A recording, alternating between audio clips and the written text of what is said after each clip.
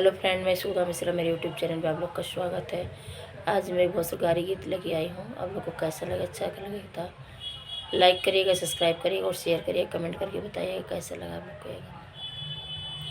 ओक्का बोक्का तीन तलोका सोनी भसुर जी, रौरे कैठो बहिनी बाटी कैसो जी जाजी, रौर कैठो बहिनी बाटी कैसो जी जाजी, रौरे कैठो बहिनी बाट।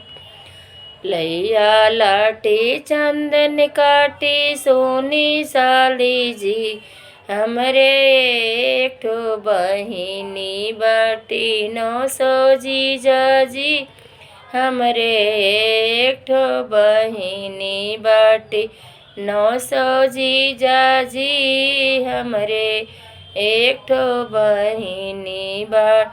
हरवले ऐली नथियाले ऐली झुमका बाली जी, हरवले ऐली नथियाले ऐली झुमका बाली जी, रौरे के बाने धैली तैले ऐली लहंगा जी, रौरे के बाने धैली तैले ऐली लहंगा जी।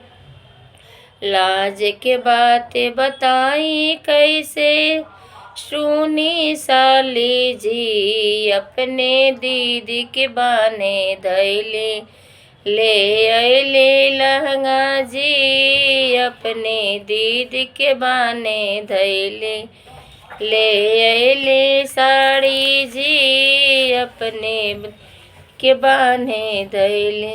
लाज के बात बताई कैसे सुनी सरहज जी, अपने बुआ के बाने धैले ले ऐले लहंगा जी, अपने बुआ के बाने धैले ले ऐले लहंगा जी।